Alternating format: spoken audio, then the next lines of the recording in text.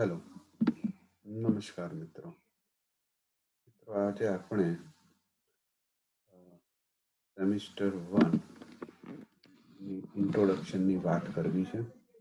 સૌપ્રથમ તમને બધાને નવા વર્ષના શુભેચ્છાઓ. વેલકમ 2021. તમે બધાએ નવા જમાનાને અનુરૂપ ટેકનોલોજી સાથે કદમ મિલાવવા માટે કોમ્પ્યુટર વિષય રાખ્યો છે. એ બદલ તમારા બધાનો ખૂબ આભાર. તમે ટેકનોલોજી સાથે થોડાક અવેર થશો અને ફ્યુચરમાં ક્યાંય જોબમાં જવાનું થશે ત્યારે બેઝિક કોમ્પ્યુટર ફંડામેન્ટલ ટેકનોલોજી આવડતી હશે તો તમને સરળતાથી જોબ મળી શકે છે.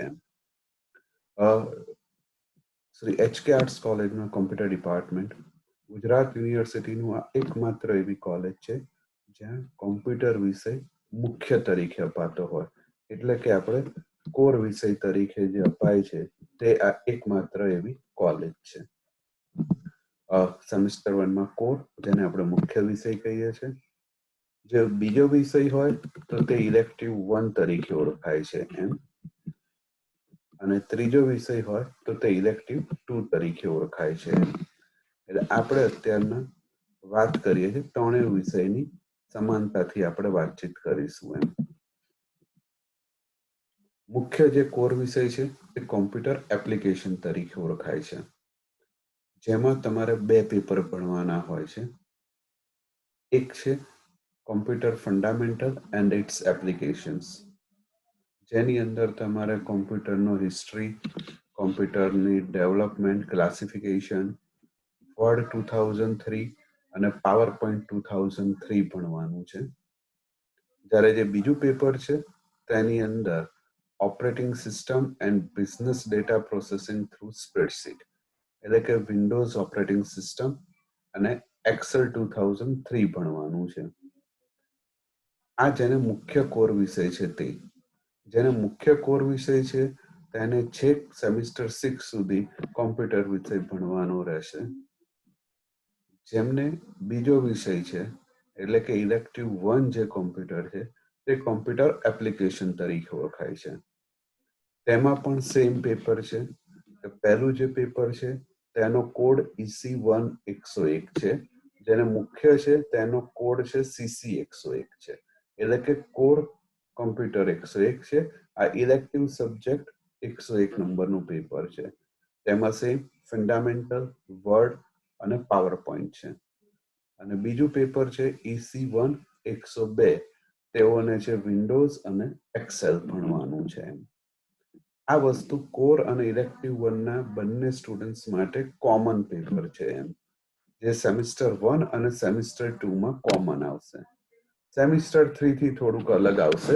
સેમિસ્ટર 3 અને 4 માં જેને મુખ્ય કોમ્પ્યુટર છે તે લોકોને 3 વિષય ભણવાના આવશે, જ્યારે ઇલેક્ટિવ 1 છે તે લોકોને 2 વિષય આવશે. અને સેમિસ્ટર 5 અને 6 માં જેને મુખ્ય વિષય છે તે લોકોને 6 પેપર ભણવાના આવતા હોય છે એમ. તો આ વાત થઈ કોર અને ઇલેક્ટિવ 1 ના વિદ્યાર્થીઓ માટે.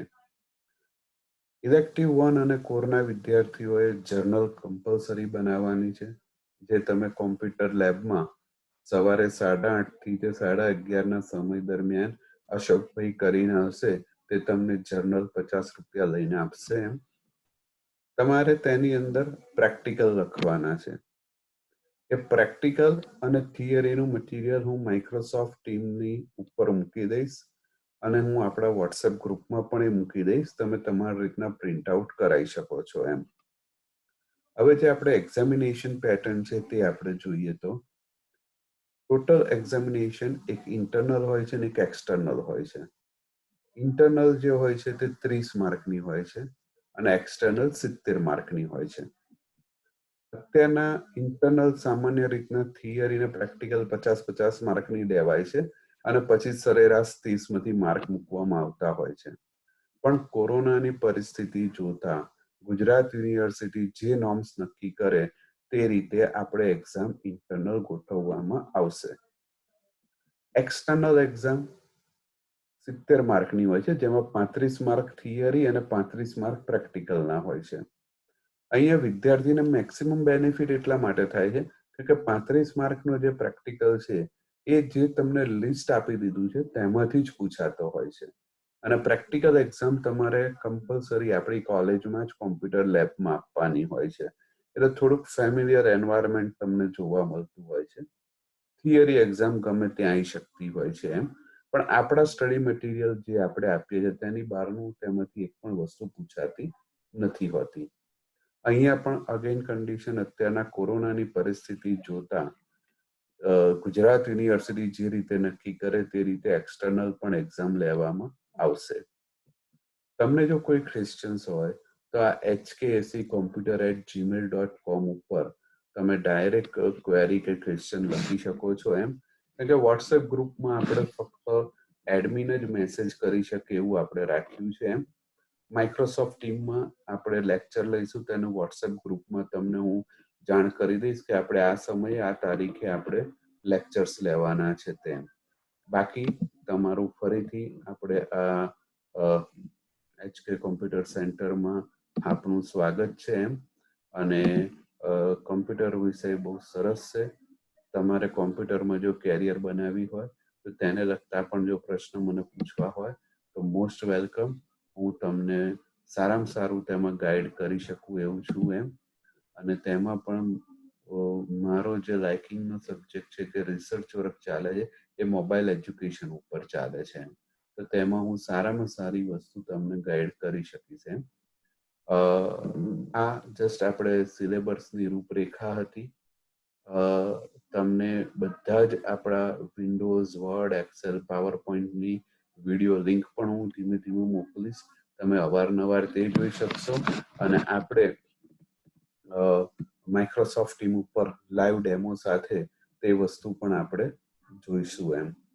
એટલે આ જસ્ટ સિલેબસ અને એક્ઝામિનેશન પેટર્નને રિલેટેડની ઇન્ફોર્મેશન હતી. બાકીની ઇન્ફોર્મેશન માટે આપણે ફરીથી હું તમને ડિટેલ્સ આપીશ. એ રીતના આપણે રહેશું.